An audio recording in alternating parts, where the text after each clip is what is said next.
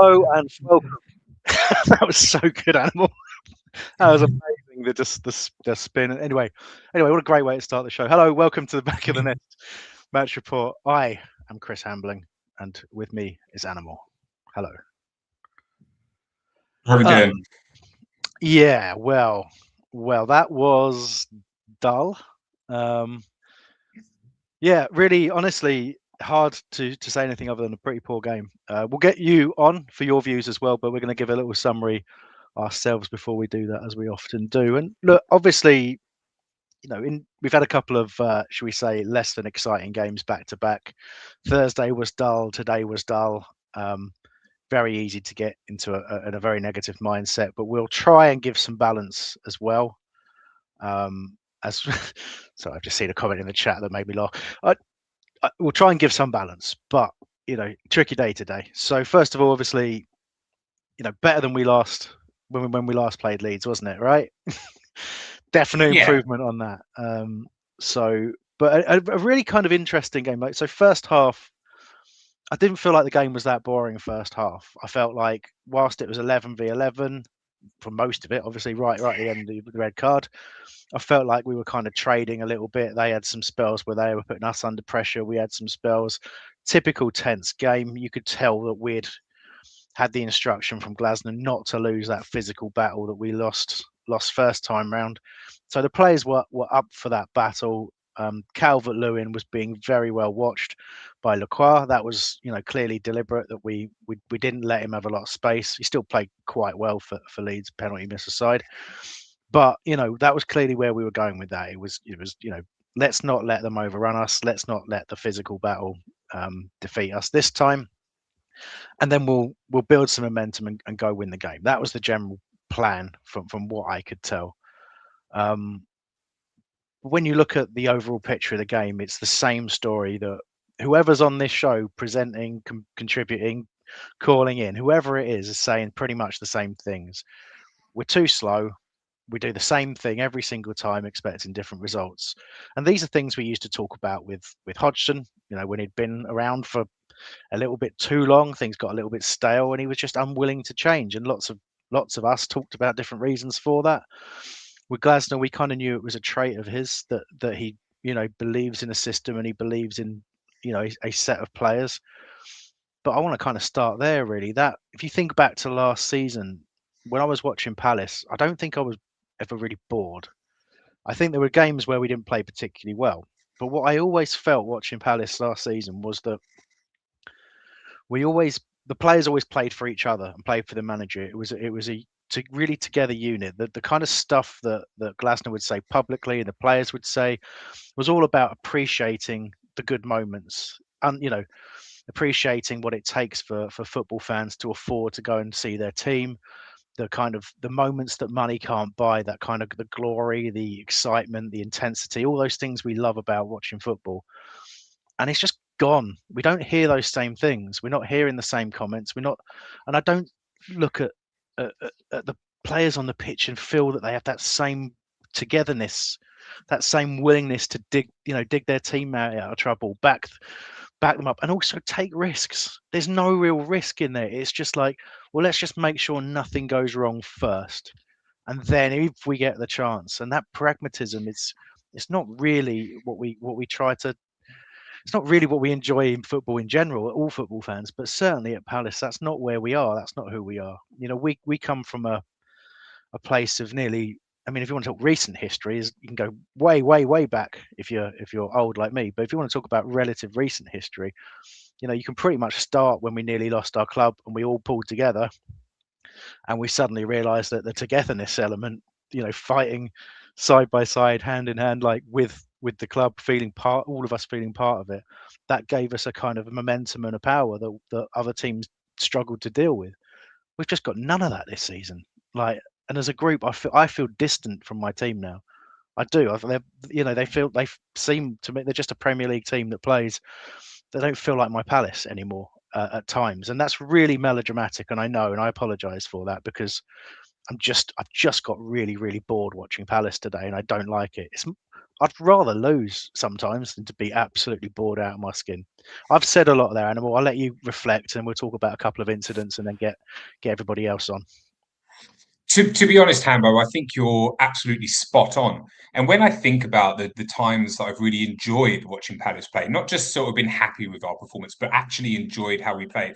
I think even though we won the FA Cup last season, I still think that Glasner's first half a season in charge with Elise in the squad, that end to that season was some of the most enjoyable football I've seen Palace play in recent years. And we've lost that creativity from players like Elise, these special players that can pull out, take risks and pull something out of the bag instead of going through the motions of this system football. And I think Glasner, not only has he sort of lost that connectivity between the players and that camaraderie, I don't think he trusts the players either. To Mm. take risks and to get into these positions. I think the ref won the game for us. The ref got us a point today, basically, with that sending off. Otherwise, I think Leeds would have done it, because when I look at us and I look at Leeds, I'm seeing the back three, right, which we have as Mhm. well. I'm seeing Joe Rodon flying up the right hand side. He's so high up. I've seen him sprint from a central position onto a through ball on the wing and cross a ball in. Richards isn't doing that. Richards No. is, very far back, and we've not got that sort of that push up the pitch that we need quick enough. We're playing it around too easily at the back, and it's like our safe space. Do you know what I mean? Yeah. Um, and that's what's really annoying for me, is that we don't seem to be this, this. I look at Leeds and I think that's brilliant. I think that's great by Rodon to be so involved in wanting to get his team that goal and getting so high up the pitch, and the players wanted it more. They looked like they wanted to win out there today, and we looked like we had run out of ideas. Yeah, I mean, I would say, I mean, yeah, Leeds absolutely wanted to win, and it didn't matter that they went down to 10 men. Didn't matter to them. Their whole only thought, and Glasner used to talk about this a lot. The only thought was, how do we win this game? It's not how do we avoid defeat. But today felt like an avoid defeat day for us, and there's no reason to approach that game in that way. I think more importantly, if you can't, put things at risk, if you can't put the ball at risk, if you can't you know, take a risk with your formation or anything like, if you can't do that when your opponent's gone down to 10 men, then when can you? If you're, I appreciate that today a couple of things went against us. We had to make a change with the keeper, which it is what it is. We only played on Thursday. Leeds had more rest. You can say all these different things, but that kind of got me thinking about sort of earlier in the season when the form dropped and we started to struggle, and obviously Glasner said the things that he said. He's talked about players being sold, being abandoned. We're playing too much football. The players were tired. He's got no options on the bench. All this kind of stuff. And I think one of the biggest things he said was he didn't have time coaching the players. It was just going from game to game to game. So there was no time to work on anything. Well, because we got knocked out of the FA Cup by Macclesfield, and because we're we're no longer in the League Cup, and because form has dropped as much as it has, we actually have had plenty of coaching time. So what are we doing? Mm. Now we've had time with the players. We've got a bigger squad, so he can rotate. He's got options on the bench. He's had time with the players on the training ground. So I'm interested to know, well, what's the reason now? Is it that the teams that we're playing are making it too difficult for us? Is it their fault now? I don't mean to be facetious, and I'm trying my best to stay as humble as possible. But the simple truth of the matter is, the excuses aren't really there. And when you look at today, I won't spoil everybody's fun by picking every single thing and you know going through it before people can go on. But let me pick a couple of things just to kind of emphasize my point. Right, today Mateta comes on. Okay, Mateta comes on for Strand Larson. First mistake: stop taking a striker who's trying off and replacing him with someone going through the motions. With all due respect to JP, he's going through the motions. Okay, he's not there. He's not playing.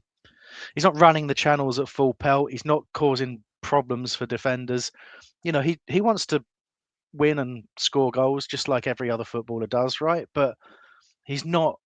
He's not there to die for the shirt. He touched the ball 9 times in 31 minutes. You know, had a shot. That was about it. That's all we can really say. He's not playing for his World Cup position, is he? No, no, exactly. And then you've got Kamada. Okay, he had 20 minutes less than Mateta, but he touched the ball 4 times from 79 minutes with against 10 men. He's come on to get on the ball and create something, and he's touched the ball 4 times because he's off. And again, I'm not saying he's like I saying outwardly I don't care. I'm not saying he's consciously dropped his level of performance and the amount he tries. I'm talking about two players who won't be Palace players next season, and what that does to you psychologically. It's just taking the edge off Kamada. Whatever, it's like completely not in his head, but somewhere in that brain is thinking about his next move and what he's doing next. And this is the last few games playing for Palace, and they're playing under a manager who's the same. And when you take that tiny percentage off, I've said this before, when you take that little element, whether it's conscious or otherwise, away, it shows. And when you start looking at the team, and I know certain players are taking pelters left, right, and centre, really, but look at some of the players who've just come in. I would pick Johnson and Strand Larsen in there. You can talk about whether the quality's there, but the effort getting up and down the pitch, Strand Larsen in on Thursday night defending in his own box just because he sees the danger and he cares that much. Johnson is clearly devoid of confidence and really struggling. His delivery is so erratic, and it's quite hard to watch. But he's giving it everything he's got. He's playing in, at right wing back, and I'd rather see him there than many other options we got in our squad, other than Munoz. He's just giving it absolutely everything he got, and you kind of contrast that with the players that should be playing for the shirt and should be pushing. And today, I did not like seeing Kamada just strolling around the pitch. I didn't like seeing Mateta at 50%, hoping he might get a chance to score a goal, but not really pushing it. Because you can't carry people at this level. You really, really can't. And that's what's wrong with it today for me. We waited until 80th minute to change the system against 10 men. And if anything, you look at Leeds today and you just think they deserved a point. They possibly deserved more. The penalty was a penalty. I don't know what Hughes is doing. He didn't get pushed. There wasn't a problem. He had one of those little panics that players sometimes do where you think someone's going to get their head on the ball. He's blocked out, so he has a panic and sticks an arm on it. If Calvert-Lewin scores that, we have to just take it. And when we would have lost the game, there's no way we would come back from that when you see what you saw today. And the red card's it's not 2 yellows. I'm sorry, it isn't. Yeah. It isn't. It's all like it was. The test is think about that against us, and I'd be gutted. I'd be saying the usual things. It was barely 1 yellow that for Goodmanson. The first one was a yellow because of the skill of Johnson. He's done him there, and again, you think you don't actually know what would happen after that. Johnson's probably he's got a good opportunity to put. That's true. Yeah. That is true. That is 100% a yellow. But the second one, I'll tell you what does him actually. I'll tell you what was his face? It was Johnson or something. I forget his name now. He's in my fantasy football team. That's my problem there. Goodmanson, sorry. Luckily I benched him. So anyway, right. He's done that really annoying thing that players sometimes do when they make a bad tackle and they go, "Oh, I've hurt my knee." They start rubbing their knee and rolling around like they're in pain. And it's the ref's seen it and gone, "Okay, you've made a bad challenge, yellow card." We've just had a whole thing about whether another second yellow should have been given. I didn't give it, so I've got to give a yellow here. And it's clear he hasn't realised the guy's already on a yellow at the time, isn't it? We all saw it. He didn't know. And as soon as he found out it was a second yellow, he has to give the red. But no way would he have booked him if he'd realised he was already on a yellow. It just wouldn't have happened. Yeah, I agree with that. I don't think he knew what was going on, which is a bit of a damning indictment about the standard of refereeing in the modern game, if you ask me. But yeah, I think there are some fundamental problems in our game plan that sort of they they decide what happens elsewhere on the pitch, you know. And I think when you're up against a 10-man team, I know that Lou said something about, oh, it's just as hard to play 10 men, but then, you know, we went down to 10 men and United smashed us, you know. Mm.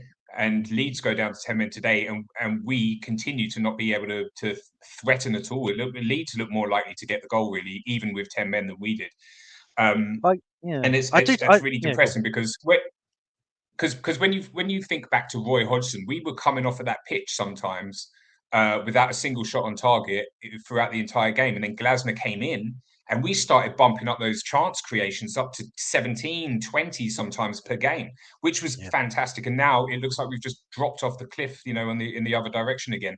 that's it. And I think we really need to make a decision about, you know, because I think you know, we've been a counter attacking team for a long time now, and that's all very well and good against the big boys, you know, but we need to have adaptability in our game, and we need to be versatile, and we need to be able to you know, figure out a way to beat these low block teams. It's just what it is. Yeah, it's exactly what it is, and that's what the manager and the coaching staff are there to do: come up with a solution. And I think the solution definitely isn't keep doing the same thing over and over. But you're right. I mean, look, we came off the pitch today having not had a single shot on target because obviously the offside cancels out the goal we scored. You know, and again, it's a really tight offside, Johnson. If you haven't seen it, it's very tight. You It's know, not but offside for me. yeah, it's one of those where you're like naked eye looking at it.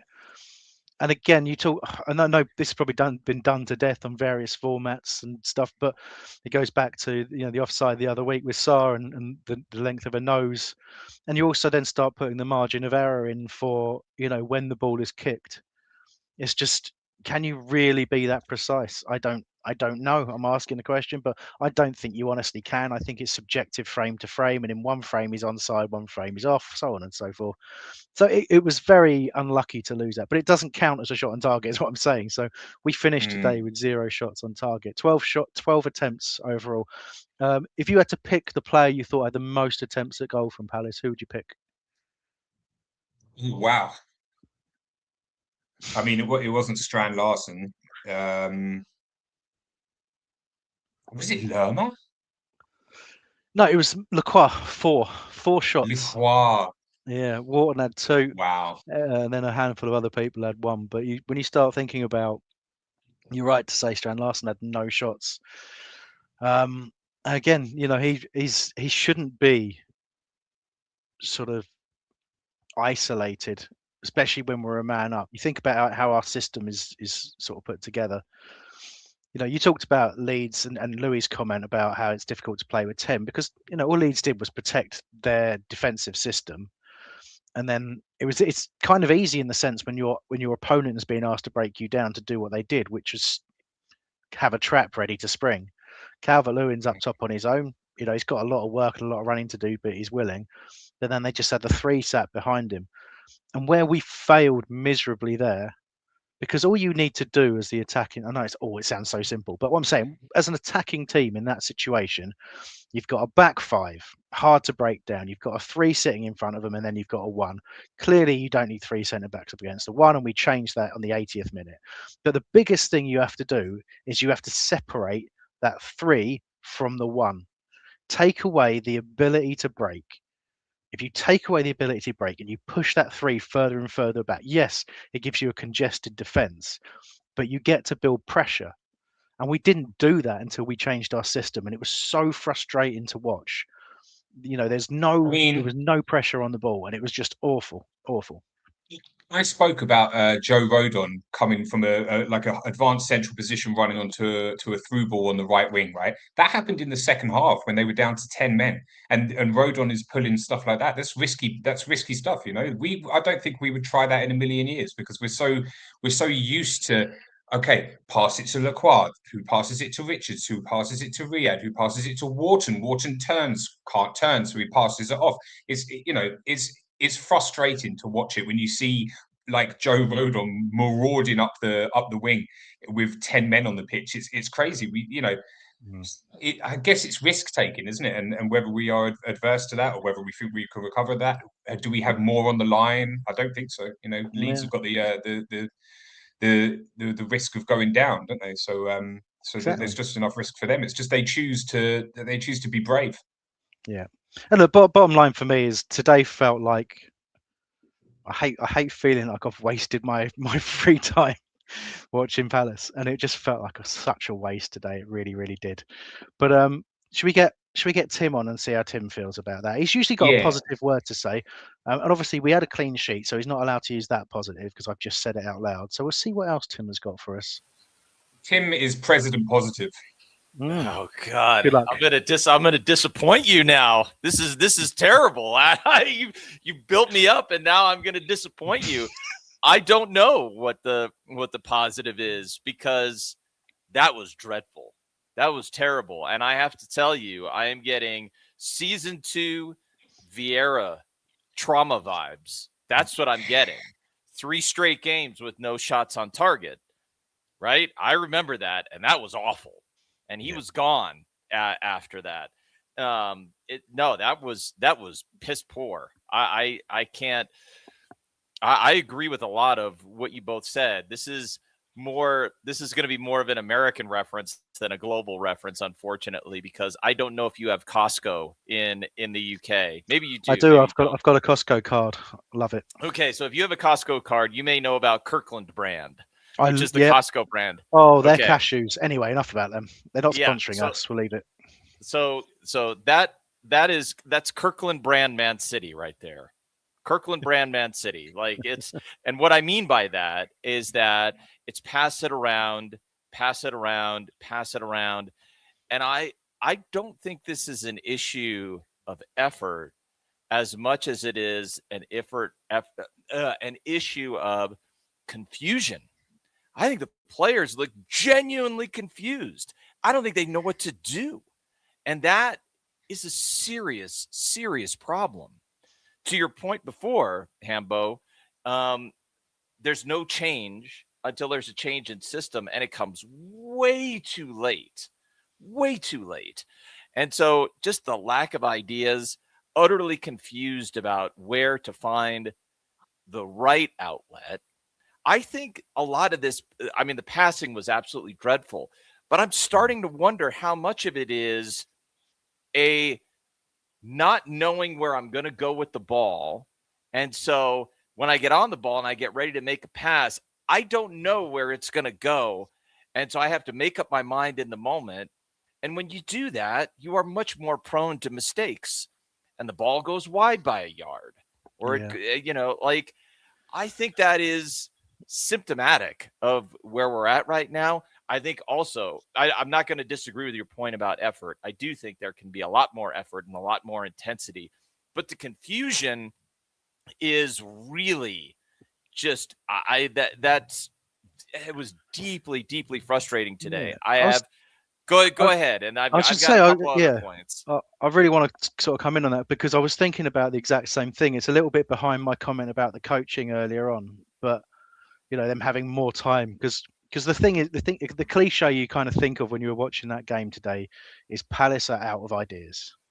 Yes. Okay, that's the cliche that came to mind. It's like, we are out of ideas. We don't know how to continue to attack. We don't know how to create a chance practically now.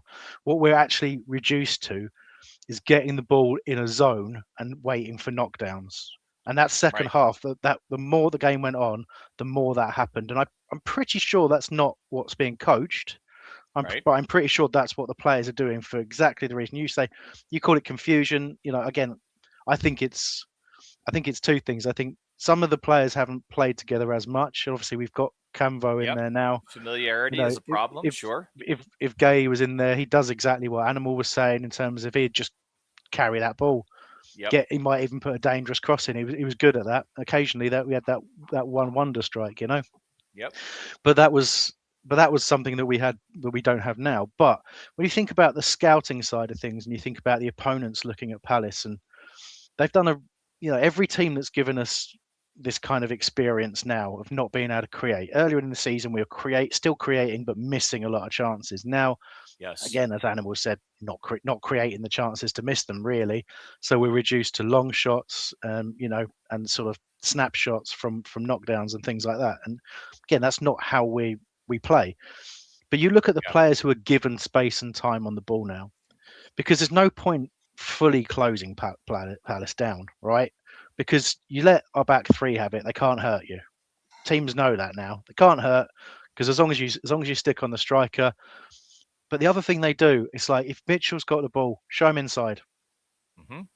Like Mitchell, you can see Mitchell wants to go outside, and every time he goes outside, whichever team we're playing, foul straight up. That's what happens. I've just started bleeding onto my shirt. That's interesting. Oh no. Yeah, and yeah. That's the level of frustration and This anger. is what Palace has done to you today, Hambo. Jeez. Yeah. It's more than likely a claw from a cat before we started recording this okay. now. Bless them. So yeah, we'll ignore that unless it really spreads. But yeah, so what I'm saying is Mitchell gets shown inside all the time. Canvo gets time on the ball because he's a bit of an unknown quantity. Yep. But the only people who get really super pressed, and usually with a couple of players at a time, Wharton obviously, when he's on the pitch, people around him still usually makes a pass, but people around him is just the way it goes. So just kick him. Don't let him run. Don't let him get up ahead of steam. And obviously on the other side now, Gesson's new to the team. Very good. But again, you can just crowd him out as long as you're not committing too many players to just chase our back three, which we want. We want them to come at us and chase that back three, but they don't do it. So, and that's where we haven't got any ideas. It's and you go back. Colin Waterman's just said it in the chat now. Intensity and urgency. Leeds did that today. Tons of it, right? Intensity and urgency all over that pitch. Nothing from us. Not at all. I can't. This is. I said this in the watch along, and I hate that I'm feeling this, but this is how I'm feeling. It seems as though, so this is an addendum to the confusion point. It looks like everybody is looking around and saying, who's going to be the Wilf to take control right now? Who's going to be the Ebbs who takes control right now? That it looks like we're looking for somebody to take over. That's a huge problem because that's not the way this team is built. It's built as you've both pointed this out, and I think rightly so. This is built as a system team. This is not built as somebody who is going to carry you on their shoulders and get into the area, win a foul, or get an incredible goal out of a bunch of individual skill. That's not how this team is built right now, but that's what we're looking for. We're looking for somebody to be the hero, and the hero is not there at this moment in time. One other thing, and I'll maybe we could talk a little bit more, but I want to get Mason on. I will say I hated, and I'm probably going to sound like an old man who's like a traditionalist and, what are you doing? I hated Canvo's reaction to the second yellow. I think it's terrible. Look, I got nothing against the dark arts. I got nothing against playing with a bit of an edge when you need to. You don't celebrate other players going off. I'm sorry. Especially when you got lucky. You got lucky that happened. Yeah. Okay. Actually, do you know what, Animal? I'm not having that. I'm really not. I just, and maybe, look, I'm willing to admit that this is just me being a pain in the ass, but I hated that. I really hated that. I want to hear Animal's view before I say mine, because I'm not going to give anything away. What was your view on that? I don't celebrate other people's red cards, no matter whether it advantages my team. I just take what I imagine to be the advantage and go for the jugular. That's how I see it. It's no time to celebrate. You've not won anything yet. You've not gained anything yet. Not until you put the ball in the back of the net. So what are you celebrating for? It's bad sportsmanship, and that's something that we have completely forgotten about, I think. Or not completely forgotten about. Maybe that's too much. But there are elements where we forget about sportsmanship in the game. But yeah, he hasn't won anything. He hasn't done anything yet. We've got to get the ball in the back of the net still, and we failed to do that. We failed to really register a shot on target as well. So there's nothing to celebrate there. All right, we're going to ask Mason about this in a sec because I want a range of views, because basically now it's 3 old men complaining about how kids don't know how to be nice to each other. Because I do agree. I went on social media after the game and I was just like, okay, well, what are people saying about that? Because it seemed to be glossed over a little bit, and there's loads of people going, oh, look at the passion. That's my centre back. I'm just like, well, okay, No, like, don't get me no, wrong. no. Don't get me wrong. I like Canva. I think he's going to be I do a too. sensational player. I really do. Hopefully at Palace for a long, long time. And I also like a player who is passionate about the team and wanting to win the game. Totally agree. And I also want to give him a little bit of, not an out, but I want to say a couple of things. I don't know. The only version of it I've seen of him celebrating is a slow motion version of him celebrating. So it looks like he's doing it for about 45 minutes, but Yeah, I don't he's think he not. would. Like, I think he's reacted because you think about what was happening in that moment. The yellow card's been shown, and it's a full couple of minutes before the ref's like, That's hang right. on a second, what am I doing? Oh, Right. I've got to send him off now. And you can just see him, and like he's going, like, come on, like this, it's obvious. Like, it's obvious what you need to do. And Yeah. then send him off, and then he's celebrating. But you're right. Like, what's distasteful about it is you haven't won a game then. That's right. And when you look at what's happened with the rest of the game, it makes it look ridiculous. And then the final point, when he shouldn't have been sent off in the first place, again, flip it around. If we're playing Leeds and I don't know, Johnson gets sent off for 2 innocuous challenges, and one of their players starts celebrating like that, I'm like, oh, dirty Leeds scum, hate Yeah. them. They're always like this. Yep. So to see it on our side, I'm there with you. I thought it was a bit.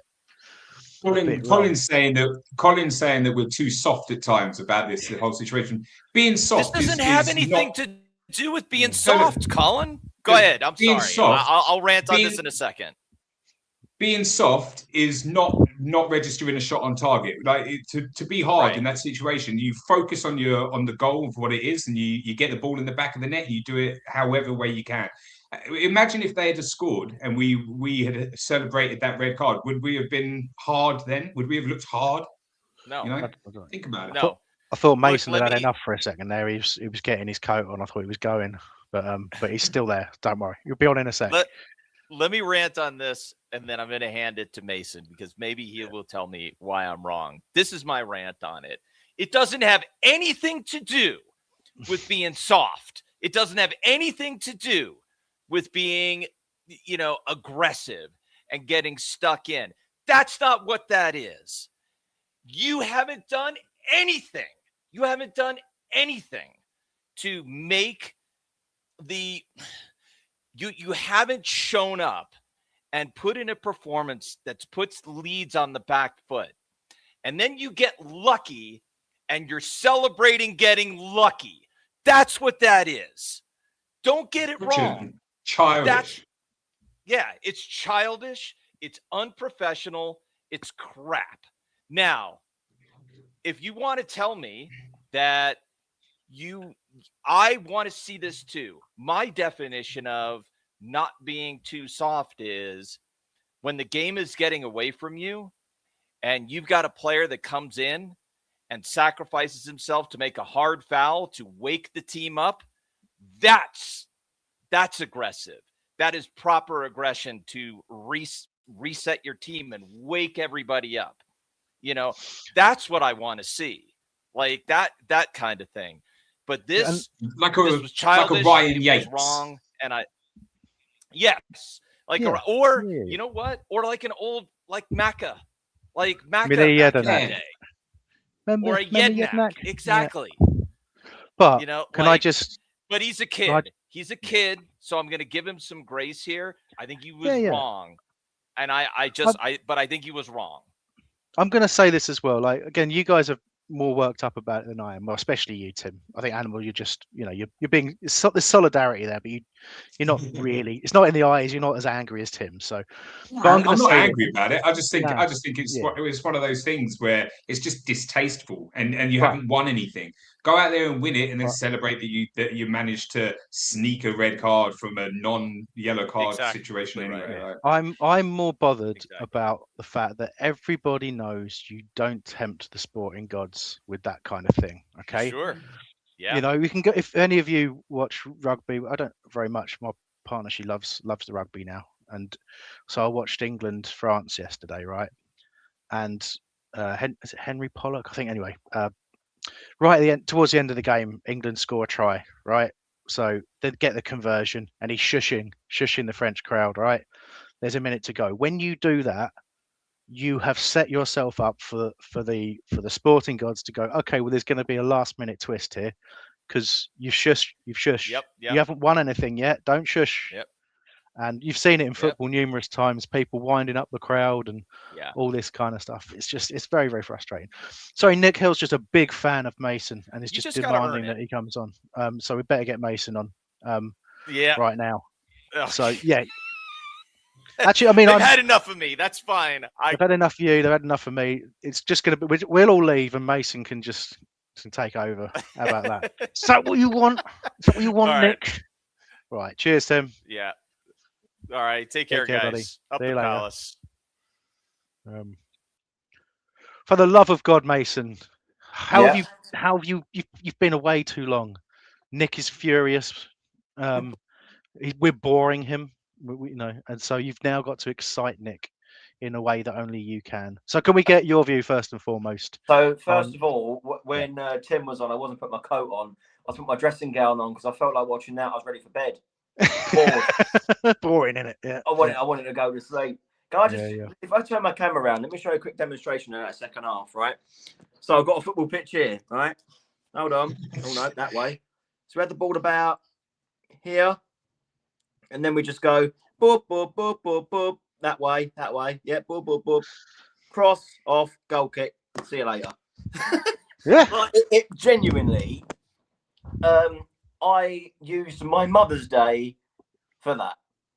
Yeah. Terrible. Absolutely terrible. No shot on target against Leeds. The best way I can put it, it was like the game against Forest a month ago. They got a man down just before half time, second half to prepare, one man up, and yet again, we looked like we had no clue what we were doing. I didn't watch the majority of this live, so I don't know what point's been brought up, but we all spoke about bringing off Strand Larsen and putting Mateta on because Larnaca for that game didn't look like scoring because they were terrible going forward. And, Leeds lost that spark going down the left-hand side.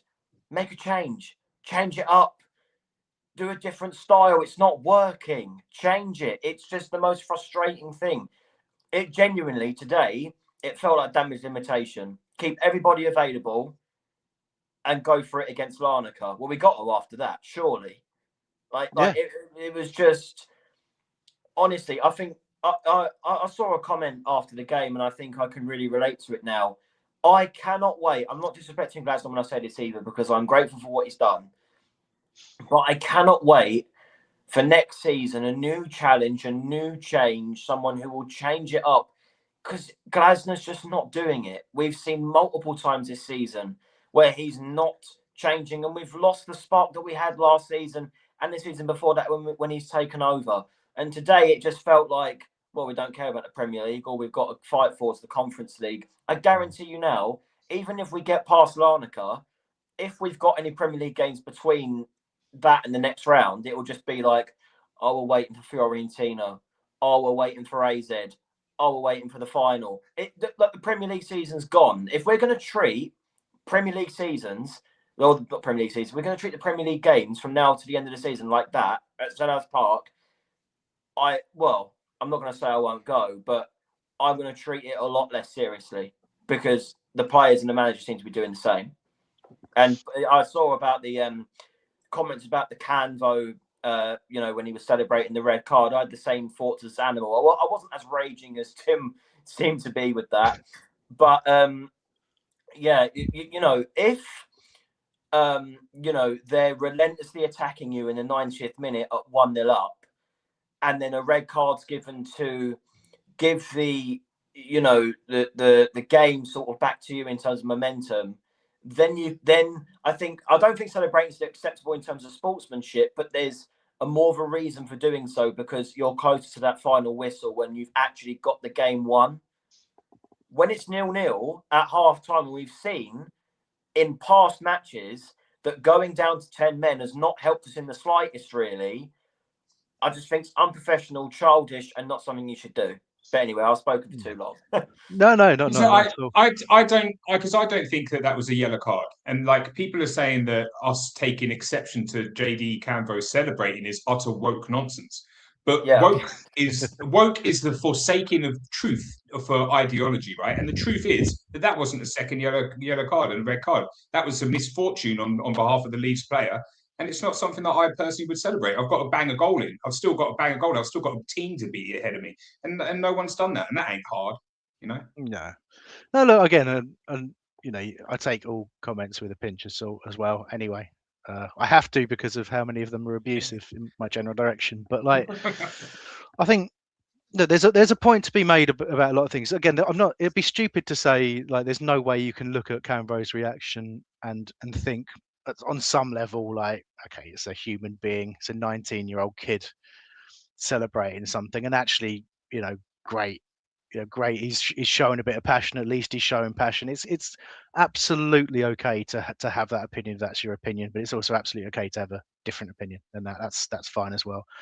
I think again, I'm seeing a lot of comments about the whole, you know, your comments, Mason, on sort of favouring Premier League over Larnaca and the importance of that. I think obviously if we finish this season as Conference League winners, it's a good send off for Glasner, and it's a good way to end this period of our existence and probably wave goodbye to a few of the players as well. And it when you look at it as sort of holistically as that, it wouldn't feel like the waste of a season. But when you're actually living these moments and you're living a game like today was a waste. It really was a waste. And I'm not saying we should expect to beat Leeds, and I'm not just saying 10 men means you should win the game. We know football. We've watched football for long enough to know that that's not how it works. There's no should, there's no must. Like, things happen, right? Yeah. But when you look at what happened today, I'm on board with what you're saying, Mason, because we have absolutely every right as fans to be really disappointed with that today. And it's not because we don't think people are trying. You could say that about maybe a couple of players, whether you believe it's conscious or not, as I said earlier. But I think everybody is sort of trying, but there's something missing. You called it the spark. I talked about it a bit earlier on as well, where I'm saying it was that level of togetherness, that kind of desire to go and dig your teammates out of trouble, or back a player up, or spot a pattern of play. You know, again, if you're looking at Mitchell, I picked him earlier, so let's pick him again. Constantly being shown inside. Well, you know, your teammates can get out there and help that situation. You know, double up on a particular move. You know, one of the midfielders can drift from the centre to the left and just create a problem there, so the defender doesn't quite have the same ability to show Mitchell inside, like all that kind of stuff. Quick 1-2s, that kind of thing. It's just we're not doing anything different. Sometimes in that first half, Leeds were completely overloading us on their right, our left. Like, they had so many players down that side that we couldn't really do anything with the ball. And then once we lost it, all we could do was lose the ball. They win it back. And then they overload us, and they've created something out of us being frustrated about not being able to get out the pitch. Can you do me a favour and pull up Andy McDonald's last comment? Because I just want to, because we have a bit of a back and forth, Andy. We have a few debates. He's great fun. But, you know, it's crazy. Not long ago, people were saying that they don't care about Leeds and prep. It's Euro only that matters. Now the world has ended as consistent as Grex. The thing is, it's about how we're playing, you know, against a team that is set up defensively. And after they got the red card, they had all 10 men behind the ball when we were on behind their line when we were on the ball. And it's all about how we managed to break that down. And if we see us still not being able to register a shot on target against Leeds, it makes you go, well, what are we going to do against Larnaca? You know, we will have Kamada and Wharton back in the side, but we already saw in the previous game against Larnaca that we're having no joy. You know, so it's all about how we're playing, and it's always been the reason why we get upset is because of it's how we perform. It's not about the result. Yeah, and it's exactly in response as well to Randy's comment is that I would, you know, make sense of that if, I don't know, we was 6 or 9 points behind the next place above us. I know we're safe, 39 points, we're safe, that's fine, but today we had the opportunity to get back into the top half, and then we're 3 points off 7th. To me, that's something to still go off. I know we're still in the Conference League, right? But another thing is that when, you know, people like me have gone to the game, given up, like, you know, a day like, you know, Mother's Day and whatnot, you're going on the expectation that to be entertained. I was not entertained today in the slightest. It was just, I was screaming, get the ball in the box, get the ball in the box. Mateta's been brought on for the reasoning to put the ball into the box. Why are we not doing it? Back forth, like I just demonstrated there. It's just repetitive nonsense that we've had to watch all season. And to be fair, even with the Conference League, yes, we're still in it, but at some points in this season with that, I've been bored in that as well. And that's not the fault. That's not the fault of teams that have, you know, come to set us apart that are weaker than us and are setting up defensively. Because if we was in their shoes, we'd be doing the same thing. Yeah. But it's it's boring, and that is what we're not happy with. But in a wider sense, back to Andy's point, Animal, if I could just jump in on it quick. Yeah. Because like the whole idea of kind of prioritizing Europe and people being happy with that, I mean, look at the last Leeds game as a strong example of that, because we rested everybody, didn't we, on the Thursday game, which we drew 2-2, and we played kids basically, didn't we? Yeah. To have a full strength team for the Saturday, and we lost 4-1, got absolutely battered by Leeds, didn't we? Mm-hmm. Yeah. So like, it's just further proof that actually that mindset doesn't really work, and more importantly, it shows you why today should give you concerns over Thursday. We know what's going to happen Thursday, right? We know that they are going to play exactly like they did at Selhurst. And everyone keeps saying, well, at some point they're going to have to come at us. What if they think their best possible chance is just to shut us out again and try on penalties? Like, that's a possibility. They don't have to score.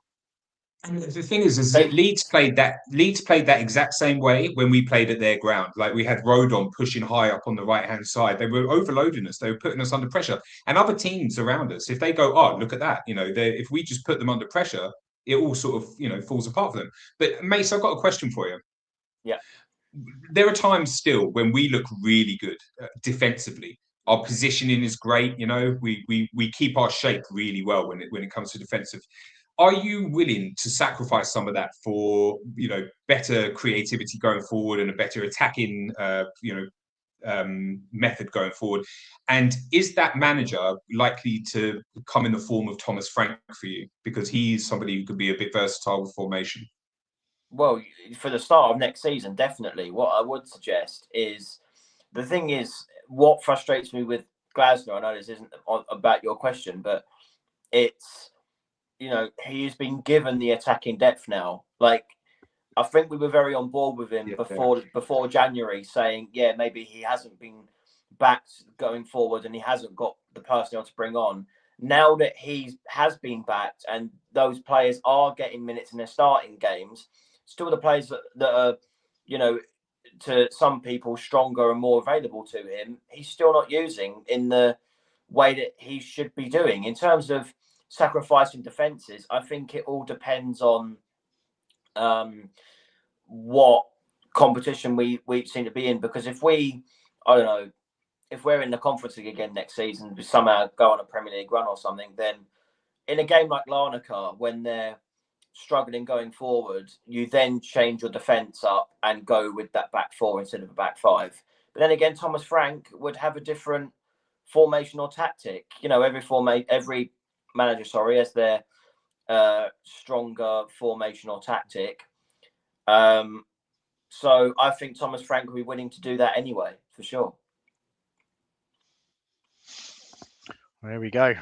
I just think, like I said when I first come on, and this again, there's no disrespect to Glasner because I will forever be grateful for what he's done, but we need a change. We need a change up. We need a manager who's willing to change things and bring players on at the right time for when things may not be going his way. I just cannot believe how stubborn he is. That's one thing. I think that's the word to describe him. I cannot believe how stubborn he is when he saw, no disrespect to Larnaca either, because their defensive record is good for a reason.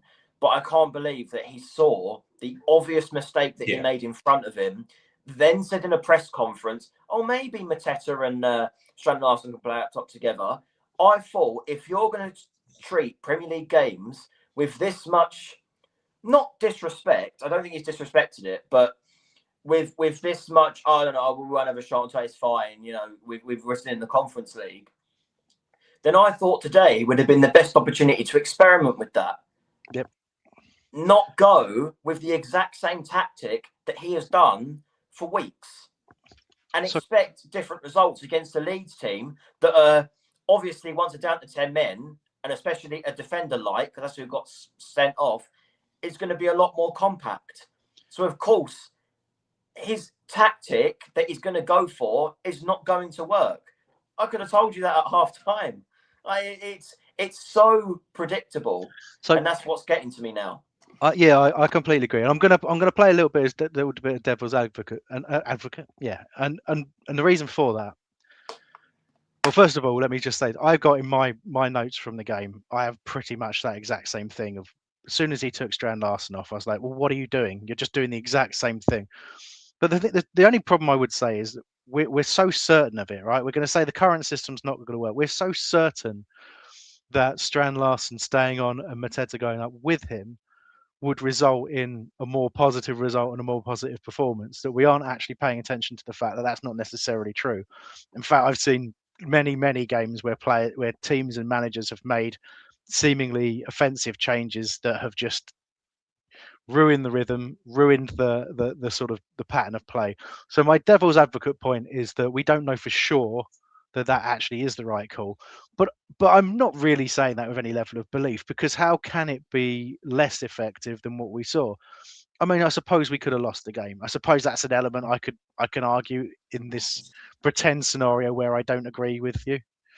But do you know what? Do you know what I've just... Go on, Animal. Go on. Do you know what I've just thought? I think Glasner has set up this system for us and the foundations, where we've had Eza and Elise, Mateta playing really well, Gay at the back, right? And we've just taken these little pieces of our most creative forces in the team away. So Elise is gone, Eze is gone, and now Gay is gone. And we've got Wharton, we've got maybe Kamada, but Wharton is pretty much the only person doing it. And we've been taking these creative elements out of this system, and now all we've got left is the system. Mm-hmm. Yeah, well, the thing is as well, Hambo, is that I would much rather have seen the same result, possibly even a 1-0 loss. And listen, I know people are going to say, "Oh, Mason's deluded. He said he'd rather see a loss than a draw, a 0-0 draw."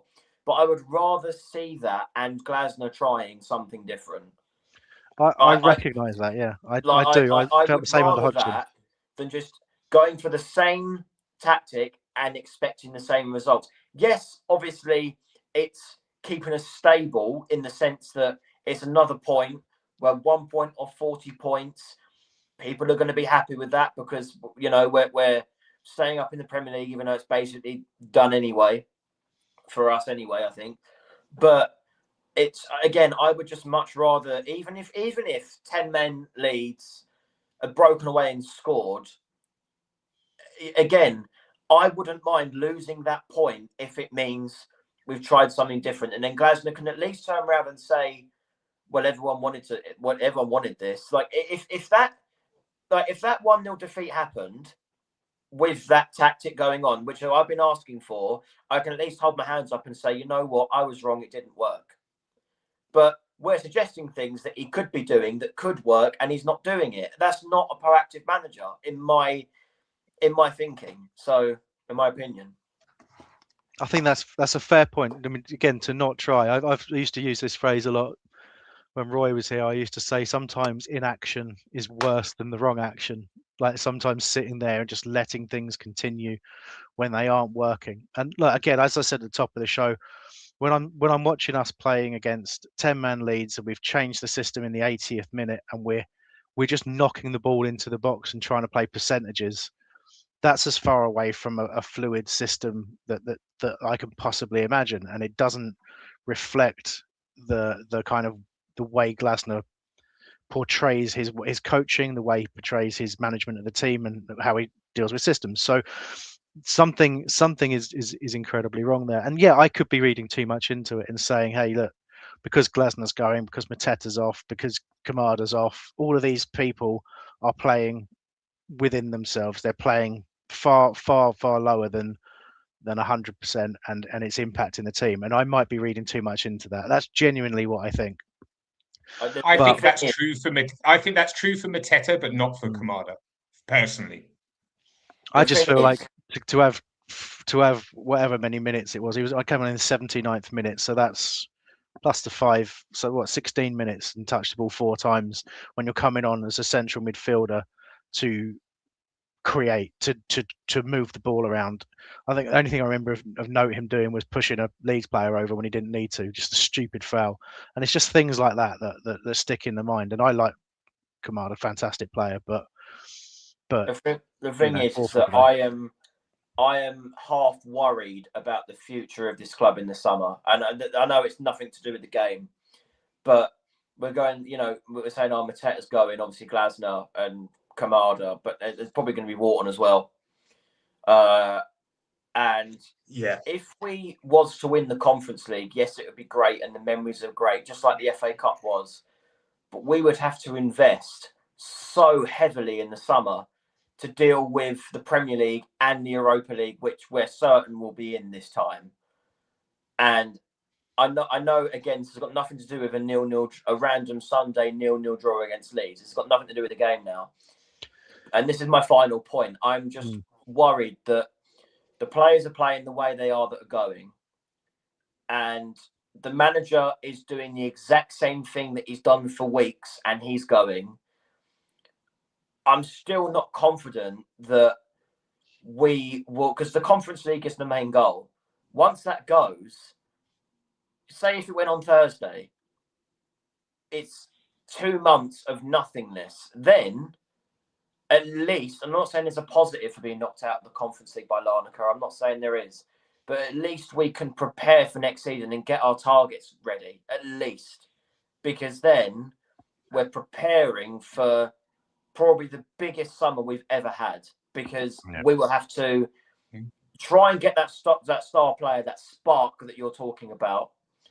Probably have to get some stable players in that will fill in for the likes of Kamada and Mateta.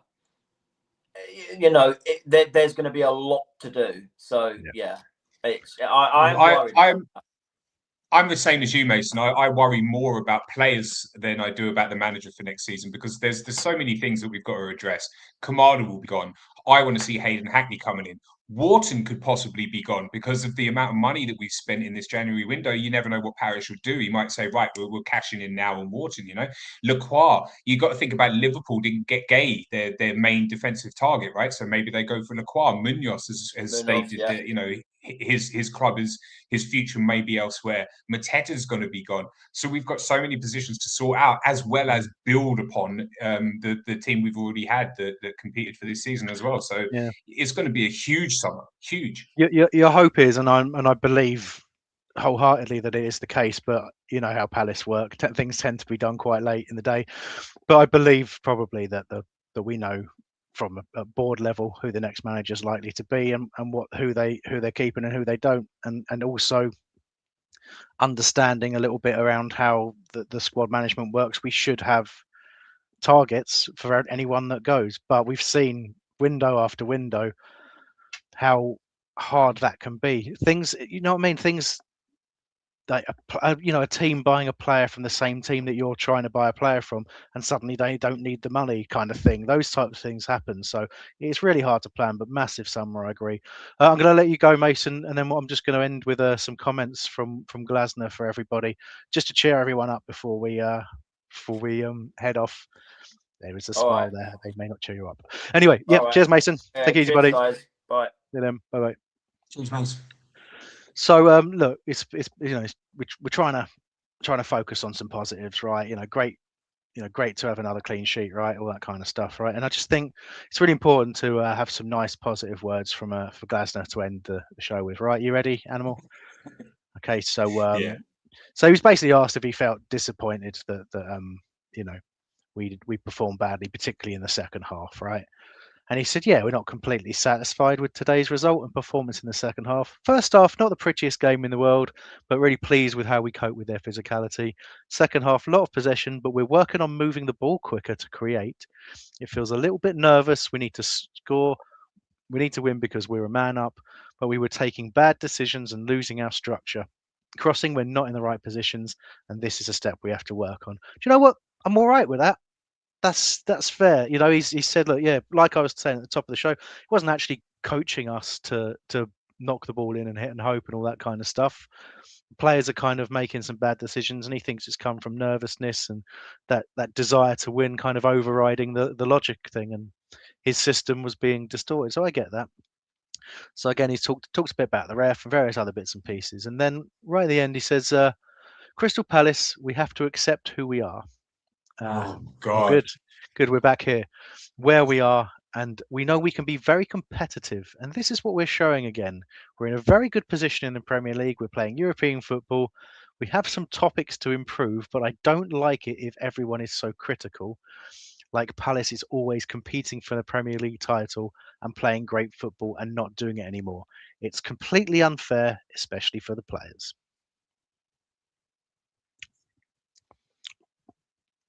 I hate that. I hate that narrative. I just think it's ridiculous. I think I think people should be able to handle criticism. If we can see what's going on the pitch is utter dross some of the time for watching it, and I'm not paying money because I don't go to the games anymore, being out here in Spain. But people are paying hard money for this crap that they're serving us up. And honestly, like at least early on in that speech, like he's talking about how that our failures and how we could be improving, rather than saying, "Oh, Leeds were fantastic," and we must respect them and respect this and respect that and respect everything, respect us and blah blah. blah. It comes to a point where we were supposed to build on success from last season, and we've found that we really haven't done that at all. Especially not in the Conference League, where we would have liked to have seen a bit more of a challenge from us and being able to work out how to pick the lock of these low blocks. That's what I want him to do. I don't want him to tell me how to feel or what to think or what to say. I want him to do his job and try and work out how to beat teams. When you're you're online and you're arguing with somebody, right? And you do this, I know you do, right? And we're arguing in comment sections or whatever, and you're having an argument with somebody, or disagreement, difference of opinion, that kind of stuff, right? And you're saying to them, you give them an opinion, and then they take that opinion and they chuck it to an extreme to then argue back at you, right? That's what he's doing. He's saying, I'm getting criticism, but he's taking that criticism to an extreme. He's saying that we are, he's deflecting by saying we're frustrated and we want better, but we should be happy with the fact that we're okay in the Premier League and in Europe. And that's not something that happens a lot for Palace. He's right, that doesn't happen a lot for Palace, but it also doesn't happen a lot for Palace that we spend £80 million in the summer window. It also doesn't happen a lot for Palace that we have success to build on. And unfortunately for him, to then take this to an extreme and say, well, you guys are angry about everything and it's desperately unfair on me and the players, it's ignoring the obvious. What you said, we want him to do his job. His job is to find a way for this team to not be scared when they're playing against 10-man Leeds, and and to not lose the system. He needs to coach them better. He needs to encourage them better. He needs to build confidence in the players who have low confidence. He needs to work hard with them and accept that we just want to see some sign the tactic that people have worked out against us, particularly lesser teams. Am I calling Leeds a lesser team? I'll leave that there. Particularly lesser teams, right? We just want to see a change. We want to see something different. We want to see creativity. And I said it time and time again under Roy. We said it a little bit under Vieira. If you can see a sign that somebody is like trying something like different and trying to some creativity, like, you know, a set piece that you haven't seen before, or, you know, a switch of players, one's playing, switching sides, that kind of stuff, playing two up top, like Mason was saying, and we've been setting everyone's like some little thing, then great. Yeah, players are human beings. Glasner's a human being, and everything doesn't go for you every single time. You can work as hard as you like. We know this. We're people. We exist in the real world. We know that we can work hard and not get our just rewards, and we know that we can be lucky and unlucky. We don't need a football manager telling us this. What we need him to do is be able to, as you say, take criticism and turn it into something positive. He'd started to do that with a couple of decent results, and not saying stupid things, but he's unfortunately what we're seeing is he genuinely believes this because he keeps repeating it. Well, it all just smacks of like, oh, you're the little people. Do you know what I mean? Crystal Palace are the little people. And look what I've won you and everything. You should be happy. You should be happy that you're, looking forward and progressing very, very slowly. But the thing is that he used to instill confidence in players. Look at the way Chris Richards has turned his career at Palace around. Look at Will Hughes. Hughesy has done so much better under Glasner than any other manager previous. He used to do that, and I'm wondering now whether that's man management or whether Glasner just had his system and he gave our players direction within that system, and that's what made them more confident in themselves and better on the pitch, rather than him being just a great man manager or whatever. Because the guy can't shut up, and he's making it about he's not attacking us, but he's just taking stuff that people say online. It's like when people talk about it's like when people talk about stuff that they see on X, and it's like, you're applying things that you see on X, and you're making generalizations about the entire population of people in a particular area or community or whatever. It's ridiculous. Don't take a little snippet of what you see on X and apply that to everybody. Because we're all just out here trying to win something or trying to better the team or better ourselves, whatever. We just want the best for our team, and it's not going to come from criticizing the fans who are criticizing you when they feel like that you need to be told of something or criticized or But like you're saying, just to sort of finish this off, really, it's because it's a generalization that it's a problem. There of course there are fans, there are Palace fans, there's possibly Palace fans watching this right now, who genuinely don't remember anything other than Premier League football, or do remember and do think that we are deserving of success, and reminding those people that actually we've come a long way in a relatively short time in the existence of Crystal Palace. When you think about it, being around for a very, very, very long time, we haven't had a great deal of success. But it's a deflection because it's not about what's happened in the past, it's about what's happening now. And it is a classic deflection, but it's also disrespectful. Glasner has been at Palace for just over 2 years, right? So how can Glasner in just over 2 years tell any of us who've been watching Palace for longer than he's been managing, and tell us about how we should and shouldn't support our team? I said it. Someone said it in the chat, and I apologise. I think it was actually Tim talked about Palace fans being quite forgiving and gracious, and I think we can be. And I also think we know who we are. Okay, but what's football if you're not dreaming to progress? And it's true, not every club can progress, not everyone has the resources, and sometimes things get stacked against you, don't they? How can you compete with the kind of finance that sits at the top, that seemingly rules are changed to protect it and blah blah blah? But the dream is that you do. The dream is that the sum total of your team, the collective effort of your team, the manager, everybody around them, can make you elevate yourselves above all that's around you in circumstances that feel like they're too, it's impossible. It's the dream, right? And we know it's not sustainable. Look at Leicester, won the league and then plummeted, right? But they'll never change. They'll never regret winning the league, will they? So let us dream. Let us demand more, and do your best. Don't tell us off for demanding. That's what we're here to do.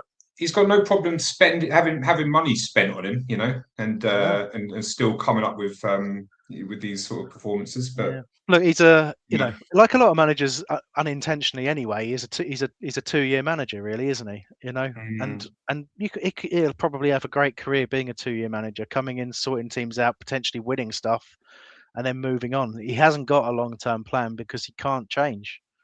It's a shame he doesn't want to sort of learn that with us and try and show some humility. Do you think he's a big club manager? Do you think he goes on to like a Bayern Munich or a Real Madrid and does well? I think he'll get an opportunity. I really do, but I don't think it will be sustained. But it's difficult because look at his personality and you look at how he carries himself and the things he does. I absolutely can see him going. You put him in any team, he will be an impact manager. He'll be one of those managers who gets everybody organised and focused, and they will. I think he'll always have a good season and a half, and he'll know also within a couple of months whether it's going to go his way or not. And if it isn't, he'll just cause havoc until he gets sacked, and that to try and protect that reputation. It'll always be somebody else's fault. But I think the English press really have picked up on, his inability to take personal criticism. And I think that could make people think twice. I still think he'll end up at Manchester United. I hate calling them that. I don't know why I did it. Or you think he'll end up at United? Or potentially Tottenham, although that seems like a nightmare now. I don't think they'll go the route of that type of manager again. I think because Amorim played that 3-4-3, I think they will try and avoid that now that they see how well they're doing under Carrick. I can't remember if it was Wolfsburg or Frankfurt, but he played 4 at the back at one of them, and he's always said, like, if I haven't got the players for it, I won't play it. But anyway, we've probably talked enough, but anyway, so thank you everybody who's commented and those that joined us. Tim and Mason went longer than I thought it would yet again. Really enjoyed your company, Animal. Very insightful and really appreciated. It's been a good chat, as much as it's been a poor game. Very cathartic. Better chat than the game, certainly. So thank you again, everybody. Join us again soon. Like, subscribe, all those kinds of things. Keep DI happy, and I'm sure I'll be back again soon. Take care now. I'm supposed to say up the palace, aren't I? Oh, up the palace. Up the palace, yeah. Almost didn't want to, but yeah, up the palace.